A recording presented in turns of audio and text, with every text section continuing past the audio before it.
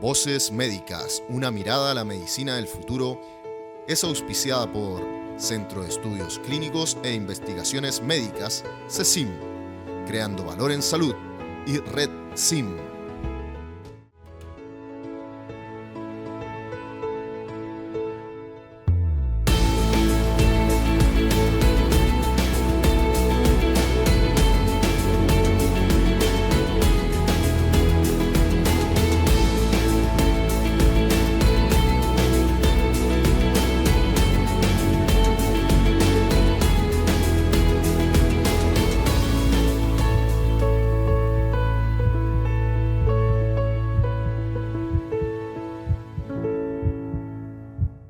Hola a todos, ¿cómo están en sus casas? Bienvenidos a Voces Médicas, una mirada a la medicina del futuro.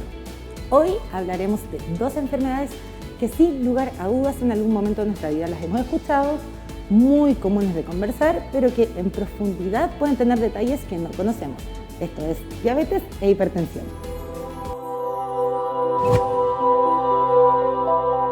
Como les comentaba recién, hoy hablaremos de dos enfermedades que creo que son sumamente mencionadas a lo largo de nuestra vida, que las hemos escuchado de algún familiar o alguien, pero que tenemos que tener los antecedentes para conocerlo. Por eso, el día de hoy me acompaña el doctor Víctor Saavedra. Hola doctor, ¿cómo está? Hola, hola. Él es médico cirujano, presidente de la Asociación Chilena de Obesidad y también director general en CECIM. ¿Cómo está doctor?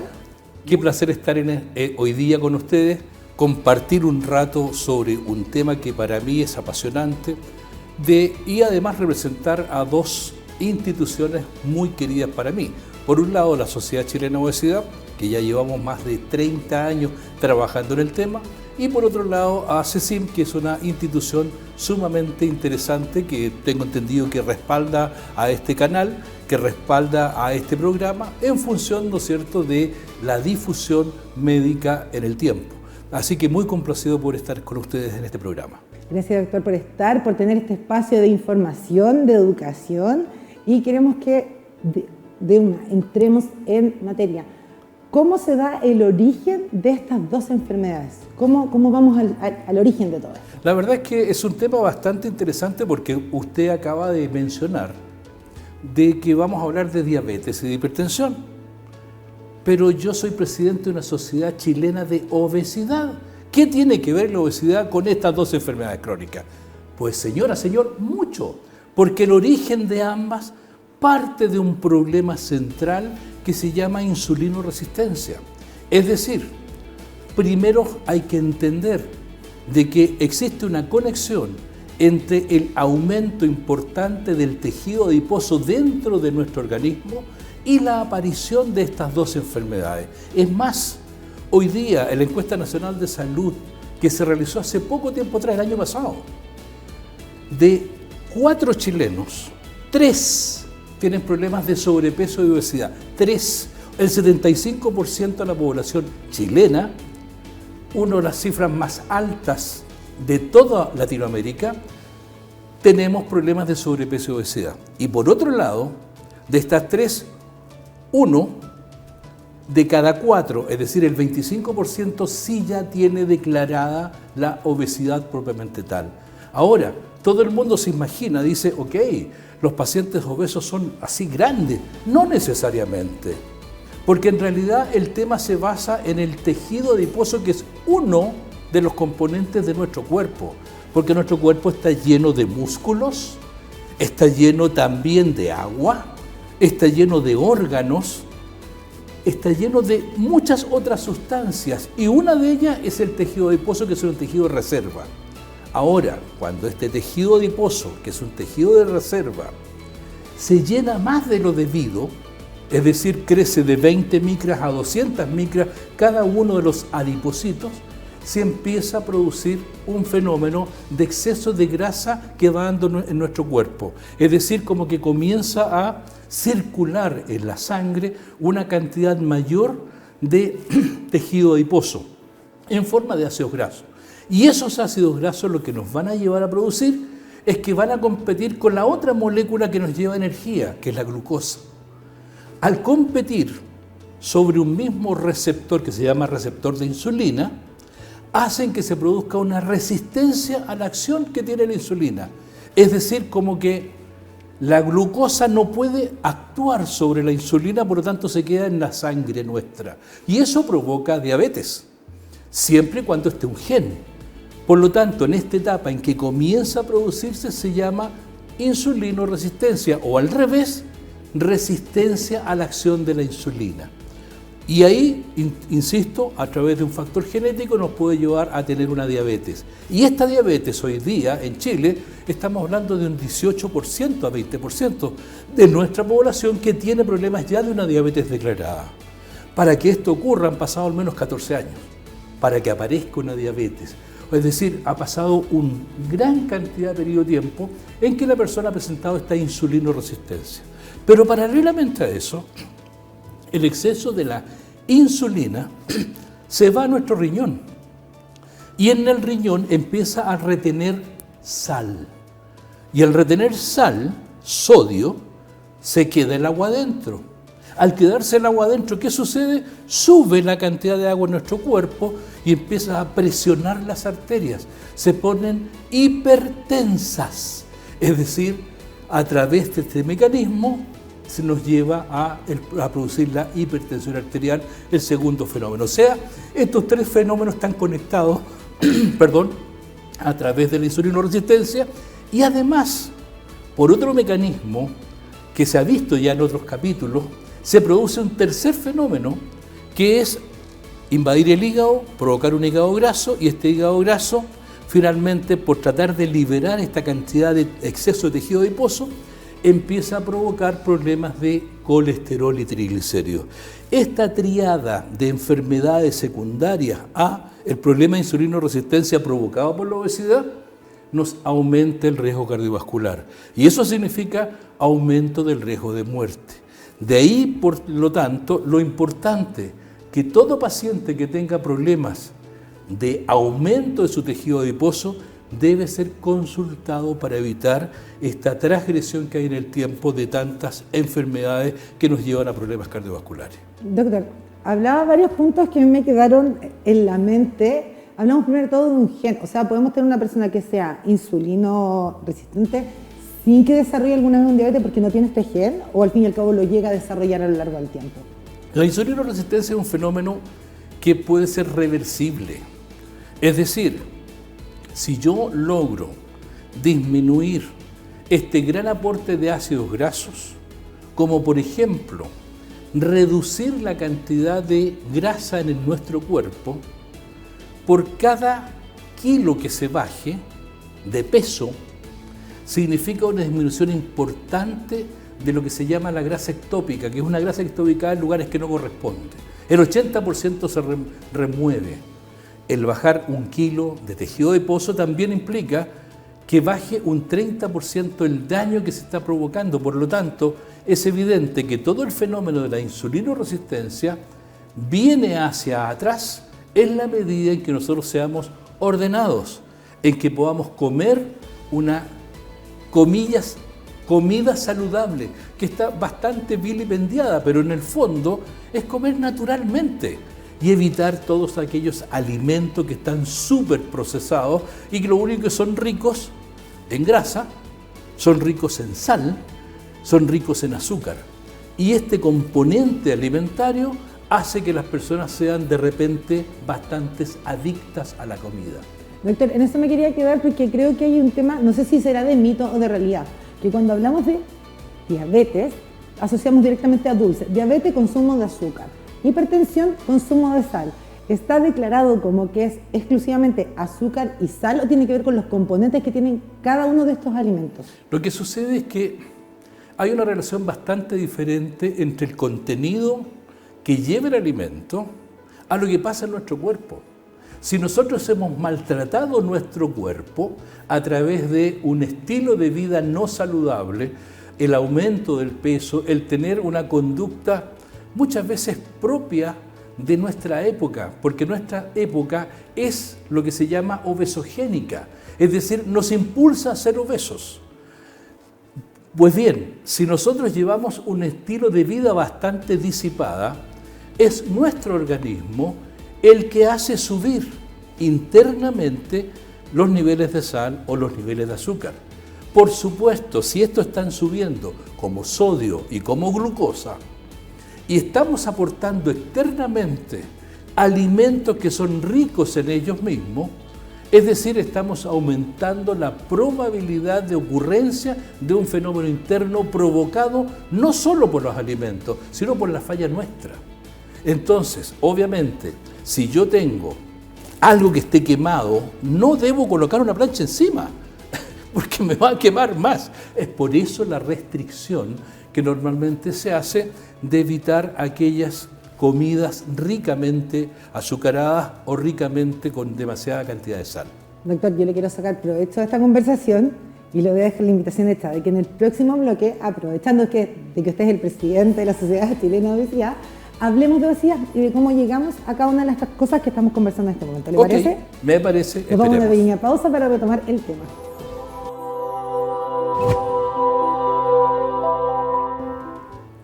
Retomamos la conversación y ya dejamos pendiente que vamos a hablar de la obesidad, pero antes tengo una información muy importante para todos ustedes. CECIM cuenta con casi 20 años de trayectoria en investigación clínica, desarrollando estudios destinados a encontrar formas o métodos de prevenir, diagnosticar, examinar o tratar una enfermedad de manera eficaz y segura. Para más información, escríbanos a nuestro WhatsApp, +569 3958 9270. Síganos en redes sociales, @cecim.cl y visiten nuestra página web, www.cecim.cl. CECIM, creando valor en salud. Y retomamos esta conversación sobre diabetes e hipertensión, pero como comenzamos, estamos yendo cada vez más al origen, y en el bloque anterior el doctor Saavedra nos mencionó sobre el tema de la obesidad. Doctor, ¿qué es la obesidad? La verdad que es un tema que va cambiando mucho. Y es un tema que a través de los años partió desde un concepto estético hasta hoy día, que estamos hablando de una enfermedad crónica de bajo grado con un proceso inflamatorio que permanece en el tiempo. ¿Qué significa todo esto? Que es una enfermedad de uno de los componentes del peso corporal. El peso está formado por muchas otras sustancias, entonces uno de ellos, el tejido adiposo, cuando se inflama, empieza a producir una serie de señales que se llaman citoquinas y que va provocando daños en nuestro cuerpo. Y es así como tenemos distintas formas de obesidad. No aquel paciente voluminoso que se ve así como grande es necesariamente un paciente obeso enfermo. Es un paciente que tiene un volumen grande y de hecho hay los llamados pacientes con obesidad metabólicamente saludables. Y esos son, por ejemplo, los luchadores de sumo, que son personas que tienen su perfil interno metabólico absolutamente normal, mientras que tenemos otro grupo de personas y que son habitualmente dietantes crónicos que viven bajando de peso, habitualmente mujeres delgadas que son metabólicamente obesas. Y esas mujeres, las flacas metabólicamente obesas, corresponden entre el 30 al 40% de la población.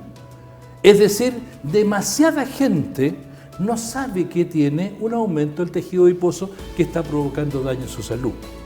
Obviamente también tenemos al obeso habitual, es decir, aquel que tiene un aumento de la grasa visceral, y ese paciente sí presenta síntomas en toda la economía. Eso significa que el paciente se va a enfermar de todo. No hay especialidad en la medicina que no tenga relación hoy día con el tema de obesidad. Desde la fertilidad, Alzheimer, enfermedades crónicas como estábamos hablando de hipertensión, diabetes, como estábamos hablando también de otras enfermedades mayores, psiquiátricas. Es decir, está presente en todo, alterando toda nuestra economía, hígado graso, etc. Cánceres, cáncer de colon muy frecuente, entonces se afecta todo por el hecho de sobrecargar a nuestro cuerpo con un exceso de energía mal distribuida. Lo último que quiero recalcar en este punto es que existen estos pacientes volumétricamente anchos, grandes, que no siguen con la enfermedad porque la grasa está periférica está evitando que se enfermen. Es decir, mientras se vaya llenando el adipocito, hay envases para guardar energía, pero cuando ya están demasiado llenos es cuando se empieza a provocar la enfermedad crónica de bajo grado de tipo inflamatorio llamada obesidad. Hay un poco lo que dice el doctor, que creo que es como descubrir todo un mundo alrededor de esto. Así es. Porque creo que de repente los estereotipos nos han dejado mayores ignorancias que certezas. Por ejemplo, veíamos a un niñito, hoy si está gordito está sanito. O vemos a una mujer y decimos, oye, está flaquita, esa chiquilla tiene que estar bien, saludable. Sin embargo, con todo lo que menciona, muchas veces no tiene que ver. O sea, podríamos decir que tenemos, no sé, obesos encubiertos, una persona que esté flaquita y que en realidad está obesa. Por supuesto. Y en este momento podemos decir una cosa que es mayor todavía. La delgadez, cuando existe delgadez del aparato locomotor, es decir, de los músculos, nos puede llevar a una obesidad que es bastante más complicada, que se llama obesidad sarcopénica. Es decir, que hay osteoporosis entre medio, que ocurre habitualmente en personas que tienen, digamos, edad normal. O sea, es característico que el posmenopáusico o la persona de mayor edad llegue a una tendencia de tipo sarcopénica, pero existen personas de edad normal, madura, que tienen esta obesidad encubierta. Entonces, el problema es otro, es que no tenemos instrumentos, o sea, sí los hay, instrumentos para poder saber si es esa persona o no obesa. Nosotros habitualmente estamos hoy día pesando al individuo a través de una báscula. Sí. Se lo digo, no sirve de nada, porque es una enfermedad que no tiene relación con el peso. Es de uno de los componentes. Yo voy a llegar a mi casa directamente a tomar mi peso y tirar la Bótela, porque en realidad no sirve el pesarse. El peso de estar midiéndose en una báscula, lo que te da es el peso de todo el individuo, es decir, de todos sus componentes. E insisto, uno de los componentes es el que está alterado, cuando se enferma, pero no tiene que ver el volumen. Y doctor, entonces, ¿qué hacemos con el famoso el IMC? El IMC, hay que cambiar. El índice de masa corporal también está hoy día en revisión, porque el índice de masa corporal nos sirve para catalogar poblaciones, grupos que tienen la probabilidad de enfermar, pero no nos quiere decir que esa persona sea obesa. Para poder saber si el individuo realmente es obeso, hay dos métodos que son los más avanzados hoy día y que están a la disposición de las personas. Uno de ellos es el bioimpedanciómetro, la bioimpedanciometría, que es el paso de una corriente eléctrica alterna que hace que el paso de esta corriente pueda dividir o separar lo que es grasa de lo que no sea grasa. Entonces, divide el cuerpo en dos, en tejido adiposo y masa libre de tejido adiposo. Pero el más efectivo es lo que se llama un DEXA de composición corporal. El DEXA de composición corporal divide el peso al cuerpo en tres: en masa muscular, en masa ósea y además en masa grasa. La mide a través de rayos y eso permite saber dónde está la grasa, qué ubicación tiene, y podemos por lo tanto determinar a los flacos que están obesos, a los obesos que están sanos, y podemos además de eso evaluar al paciente obeso tradicional, al obeso ginecoide, es decir, el que tiene además una mayor cantidad de grasa periférica, que eso normalmente, esta obesidad ginecoide, tú dices, oye, esta señora, mira que tiene las caderas anchas, pero esas caderas anchas no se modifican si la persona hace dieta o no hace dieta. Eso se modifica, o esa grasa está para preservar la especie.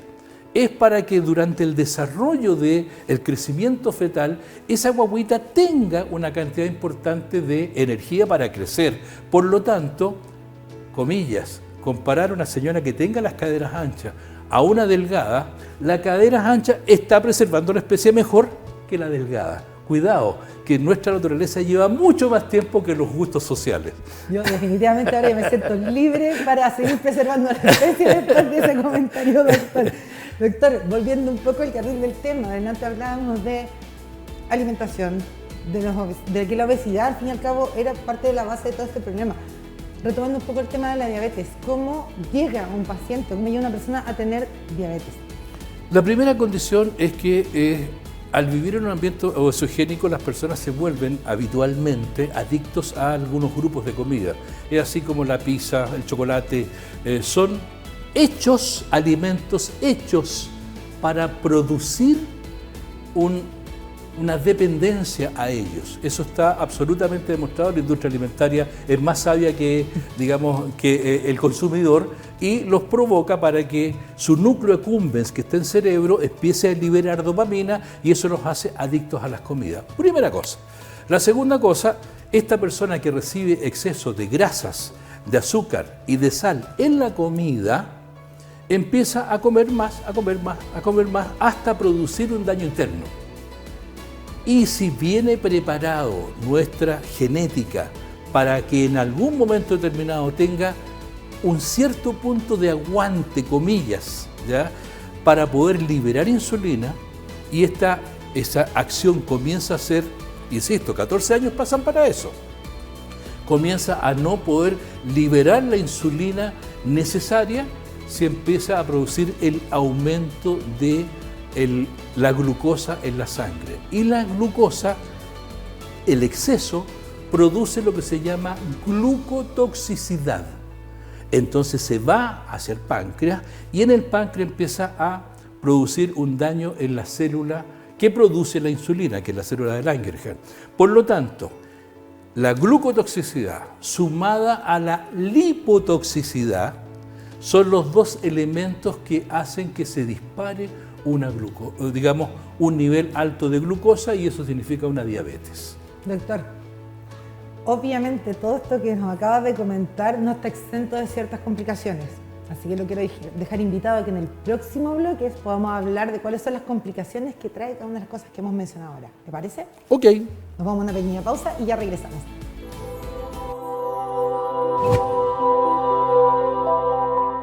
Retomamos la conversación sobre diabetes y doctor. Estábamos hablando cómo llegamos a esto, pero creo que todo esto no está exento de ciertas complicaciones. ¿Cuáles son las complicaciones que tiene un paciente que desarrolla una diabetes? La verdad es que al menos vamos a partir con las tres habituales: la nefropatía diabética, la neuropatía diabética y la retinopatía diabética. Nombres relativamente difíciles, pero que son bastante explicables. La retinopatía diabética significa que si la persona no se cuida, termina con un palito blanco caminando porque la retina se le va y queda ciego. La primera complicación. La segunda complicación, la nefropatía diabética, son los riñones. Lo que significa que si se echa a perder un riñón y el otro riñón, recién cuando existe un cuarto de riñón funcionante, comienzan los síntomas de la nefropatía, es decir, tiene 3/4 que ya no están funcionando. Y ese paciente, lo único que aspira a ser candidato a terminar el resto de su vida pegado en un riñón artificial. Entonces también no es nada bueno, a no ser que tenga un donante y se haga un trasplante renal. Lo que estamos hablando de costos involucrados muy altos y también de una necesidad país que es bastante escasa. Y la tercera complicación, que es la más frecuente, son alteraciones vasculares, es decir, el diabético que no se cuida se golpea y no siente que se golpea porque no tiene dolor, porque todas las neurosis, todos los nervios que son los que llevan la sensibilidad de nuestro cuerpo se alteran y la persona se rompe y no se da cuenta. Eso se produce en úlceras y al ponerse las úlceras y hay azúcar, los bichos crecen, por lo tanto se empieza a infectar. Al infectarse y la persona no le duele, no va al doctor, se olvida de eso y ahí es donde comienzan cortando los dedos. Comienzan a cortar los deditos de los pies, después aquí hemos visto muchos cantantes conocidos en Chile, muchos cómicos de nuestro país o de otros países latinoamericanos en que han perdido las extremidades por esa razón. Por lo tanto, el llegar a esta tercera etapa de las complicaciones de la diabetes no es agradable. De ahí que tenemos que controlar al paciente diabético.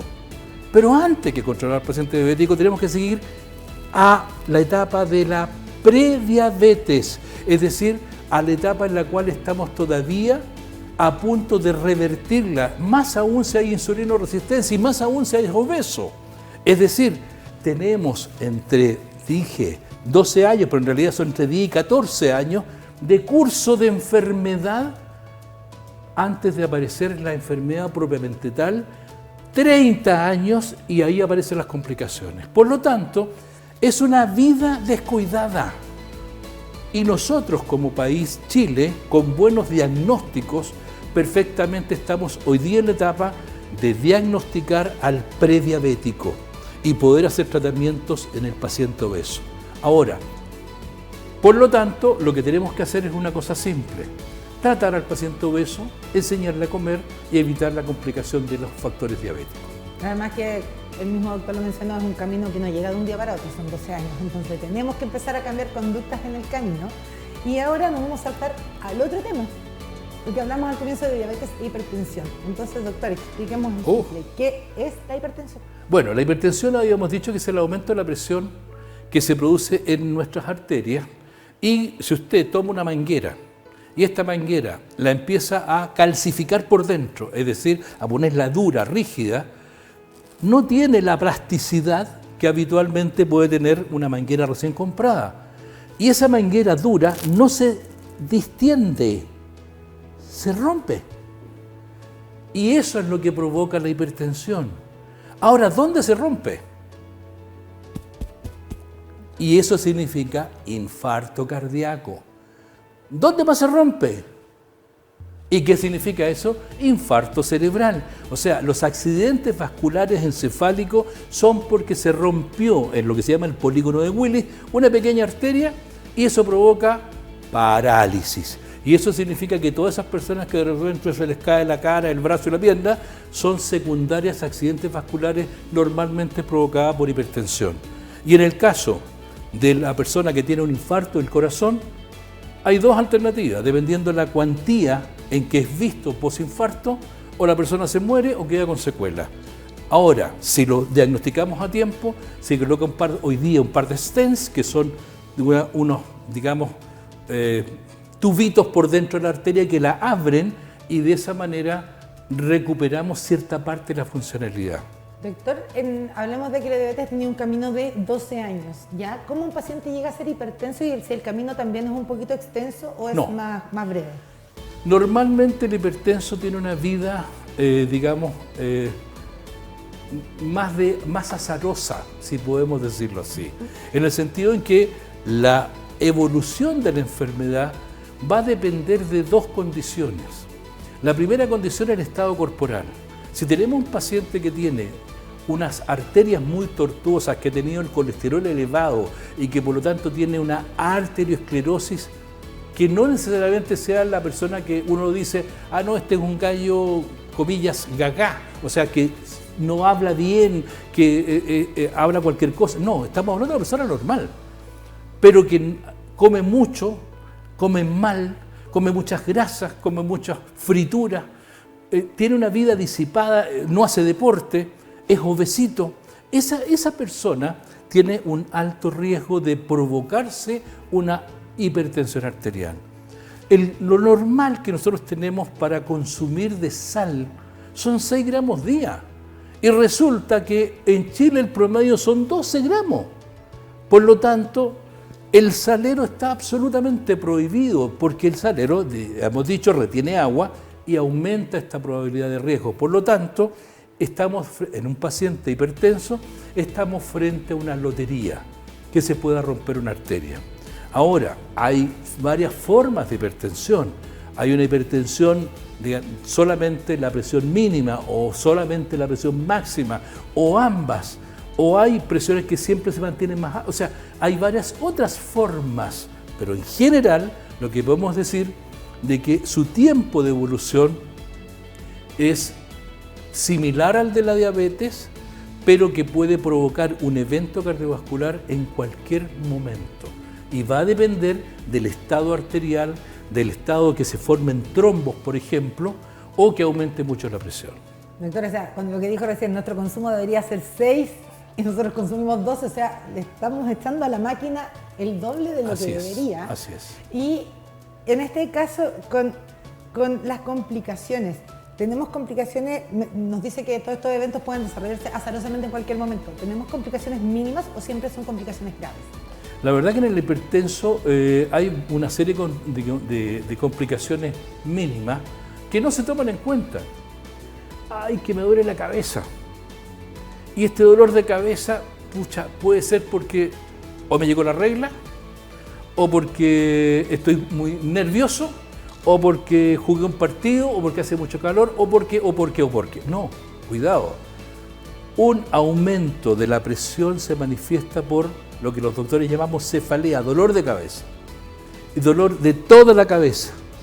Por lo tanto, cuidado con eso. No, es un problema de visión, tienes que ir al oftalmólogo. No, cuidado. La primera condición es ver cómo está su estado arterial a través de tomar una presión arterial. Y a presión arterial, obviamente hay que tomarlo en forma adecuada. Eso significa en un estado de reposo, sentado, acostado y de pie, ojalá con estos de mercurio y no con estos manguitos que de repente se colocan por acá y que te dan o el reloj. Porque sí, ayudan, pero no son instrumentos verdaderos de medición. Doctor, yo le quería agradecer su presencia el día de hoy. Creo que hemos tenido una sobredosis de comunicación, de información. Quedamos claros en que tenemos tiempo, tenemos claro que hay ciertos indicadores en los que nos tenemos que fijar y creo que en 30 segundos reforcemos el tema de la prevención. Lo más importante es intentar ser normal en su consumo. El equilibrio, señora, señor, es lo que debemos hacer. Es intentar que a través de nuestra vida no excederse hacia ningún extremo, ni en sal, ni en azúcar, ni en peso, ni en sedentarismo. Si nosotros sabemos elegir, llevamos mucho mejor tiempo eligiendo a los alimentos que la naturaleza nos provee y no los inventos que de repente hacemos que nos llevan a tener más daño. Así que los invito a vivir solo una vida sana. Gracias. Gracias, doctor, por acompañarnos y gracias a toda la gente en su casa por estar junto a nosotros en este programa. Y les recuerdo que nos vemos el próximo miércoles a las 20:30 y los sábados a las 17:30 por TN Televisión y todas sus plataformas. Que estén muy bien.